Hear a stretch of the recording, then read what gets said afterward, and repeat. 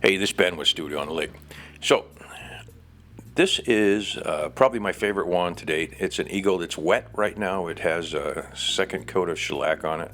I put it on pretty thick. This is an amber shellac, and this is a pretty straightforward, simple design. Has an eagle's head on the one side, boxed ferrule there, and then short feathers on it. It starts, as always, this is a blank of wood that came from West Point. It's Dutch elm. It has interlocking grain, and I simply drew the pattern on and went over the bandsaw, and then came back. And as always, I put center lines on there just for reference to keep me from cutting too far into one side on the dimensions. So the concept: eagle's head on as a handle, and then originally I was going to take the feathers all the way down to the tip of the wand. And then as I got to looking at it, I thought that looked kind of hokey and needed to have the end as a wand. So this is after I took and I drew those on there, and then I did a little more contour work, and I did that with the DeWalt sander with probably a 36 grit on it. And you've seen me do that before. Keep in mind, these are production pieces. I'm trying to do them fairly rapidly and get them down to the gallery. I've made probably 20 of them now, and they are selling just as fast as I can get them down there, and I think it's probably going Christmas time. Something about these turns out nice. This is a beautiful wood. This was a tree that came from West Point in New York, United States Military Academy, when I was stationed there. I was going out the back gate to Barstow Daggett, the airport about 20 miles away, where we kept the helicopters for the flight detachment that I was in there. And as I went out the back gate, in the back of a dump truck was about a 10-foot round section, but about 10 foot by long and about 10 foot around, huge, filling the whole dump truck of a piece of wood. And so I knew the people that did the recycling. That's where they hauled the trees that they took down from West Point, which has a bunch of old trees on it, and they're always doing maintenance on those. I called and they said, yeah, that's one of the trees. There's two big trees that were on the Dutch elm trees that were on the left and right side of the cannon, right behind the flagpole, and they're probably 300 years old. And the one on the right got Dutch elm disease, so we took it down. I had got wood from them before in large quantities, so my boss and I flew out there. After we had done some mission or something or other, we stopped by, landed in the little yard, was off post, and as usual, the guy gave me a spray can, a red spray can, and said, mark the ones you'd like and we'll bring them out to you. So I marked probably 10 or 15 sections, 10-foot, 12-foot sections of this tree. They put them in a rollaway dumpster and delivered them out to the hangar. Well, we had two huge hangars, one we didn't really use, and had not been renovated. Well, I had my bandsaw mill set up in there, so we cut about 6,000 board foot of this, and we dried it upstairs in the hangar for about a year. And then my boss took some of it, and I took the rest of it. I still have about 4,000 board foot of it. It's unstable as heck for furniture. If it's this thick and it's turned into furniture, it will move from winter to summer so far that the table stuff will slide right off of it. They're beautiful tables, but this wood is so unstable, and that's why it was really never used for furniture wood. Now, the one thing it is good for, it has interlocking grain, and it's hard as a rock. It's kind of like Jordy's arbutus wood that he's been carving. If you go over to just Carving Fusion over there with Jordy Johnson, he got some wood up on the mountainside that wore him out, and then he brought it back to and started carving it, and it wore him out carving it too. So he's put it off on the side. Although it's beautiful wood, got burls and that sort of thing.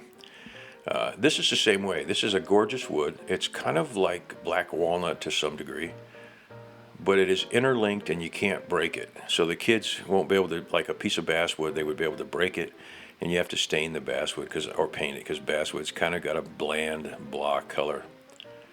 So the concept was to have the eagle's head, 4 feathers on the sides comprising the wand, and I decided to stop it about where you saw me. You got about 4 or 5 inches of real round wand, just a wooden wand on the end of the feathers. So obviously the first thing to do making a feather is to put the quill in the middle of it, and I typically burn that. And then I won't torture you and make you watch this whole whole thing of me burning this because there's probably 2 hours in this wand with feathers. And if you're a subscriber, you've heard me talk about money before in this stuff. Until you get to the point where you're making what I call famous art money, meaning $10,000 or $12,000 per piece, or $2,000 or something like that. You're like the rest of us, and you got to sell this stuff if you do, or give it away. And if you're going to sell it, to get rid of it, if you carve a lot, you got to get rid of it somehow. But I've made up my mind that I think that $20 is a reasonable wage. So this one probably took 2.5 hours. So that'd be what, $50. So by the time I've got supplies and that sort of thing in there, I really have to sell this one for $75, $100 to make any money, make it worthwhile. And fortunately, that's the range that they have been selling in, so it works out pretty good. But they are production, and I'm trying to do them relatively fast. If I was just carving it to do the video, I would take my time, and it would come out just a little bit differently. Now, sometimes when you're carving stuff faster, you don't agonize over small details like you would if you had someone told you, hey, you got a week, you're going to be out in the shop 5 hours a day, build a wand, and you just need one wand.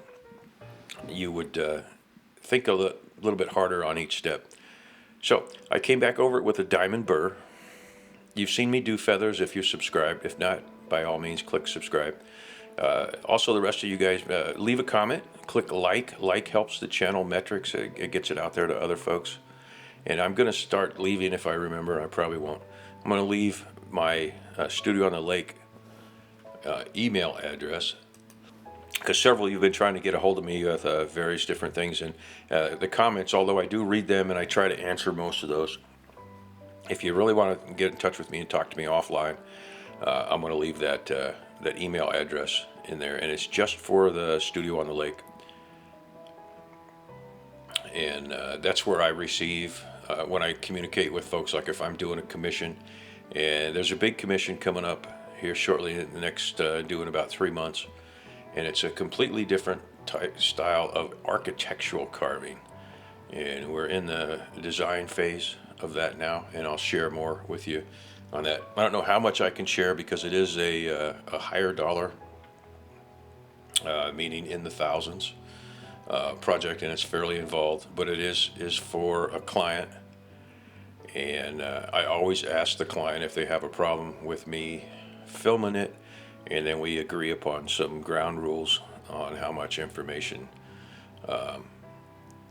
they want to share or want me to share about the project. So, and interestingly enough, while we're on the subject, so there you see that's pretty much done. I'm going to go all the way down all 4 sides, and a little later here you'll see, oh, there you go. I'm rounding out the bottom of that because I didn't want to take the feather all the way down. I thought it looked goofy in my brain. So I'm just rounding the bottom portion of the wand. So Jordy talks about signing your work. I'm a big fan of that. You've heard me pontificate on that before. But a lot of times when I'm doing a commission piece, people don't want it signed. I ask the question, would you like my signature on it somewhere? And a lot of times they say no. And that doesn't bother me. You're going to pay me money. You don't want it signed. I'm not going to sign it for you. You've already paid me money, and it belongs to you. And in the case of a lot of the commission stuff, if you, in the art world, if you commission me to build a thingamabob and you pay me money for it, unless I specify, you own the design and you can trademark it and or copyright it. So at that point, I don't own the design anymore because like a prostitute, I sold the rights to that. So keep that in mind if you ever get into the point where you're doing commission work. One of the things you want to spell out is if you retain the rights to do to that design. Because in theory, they could tell you, hey, you built us a Mickey Mouse character, and therefore you no longer own it. Quit doing it, or we're going to sue you. So, trivia for tidbits. All right, so on the ferrule on this, or lack of it, the guard, whatever you want to call it, Originally, you can see I got a circle drawn in there. I thought, well, I'm gonna do a square. Then I'm gonna carve out, round out the circle in the middle. And when I got to that point, and the square all set in, I decided just to take it out and do it like you would a panel door, say in your kitchen, a beveled panel door. So you got the rails and stiles, and then you got a panel that's in the middle, and the panel has a bevel on it. Think of your kitchen cabinet. Chances are pretty good they've got that design in them. That's kind of what I did here on that, and I didn't put the circle in. So here I'm starting to delineate the beak, and it was tricky. I had to leave enough beak there you can't break it off, and this gets carved down a little bit more. But it's going to have to be a stylistic, because in reality, you should have probably built a handle first, and then turned it into an eagle's head. And this was kind of a combination of both, so it has to go in there. And there it is, pretty close. I'm going to do a little bit more work on it, but it's got a good look. It's got a good feel. I put 2 coats of shellac on these, let them dry, and it dries fairly quickly. And then I take steel wool and bring it off and remove it. And then I put a couple coats of furniture wax on there, and they just become smooth as glass. And there's a picture of that in a minute here. So there it is. That's the wand. And I will probably do another video or two maybe in a couple weeks. I've got the film footage, but I don't want to overwhelm everybody. And I won't do the whole thing. You'll get the idea of how I'm making these, and a couple of little details I'll show. So you'll probably get another video with, or 2 videos maybe, with wands and how they're coming out and that sort of thing. And then I do have another 2 watercolor videos put together. People have received those really well, and they're asking questions about it. So I'm going to go ahead and continue to run with the series for a little while here, at least through Christmas. And I'm obviously carving tons of gnomes and that sort of thing. And hey, Mike, I haven't forgot yet. I did some work on the dragon. Not that that's what you're looking for. You're looking for that damn raven. And I did do some work on the raven, and as soon as I get enough to put the film together. But this is probably one of my favorites. So if you haven't, click the like, comment, and share, and by all means subscribe. Hey, thanks a lot. This has been Ben with Studio on the Lake.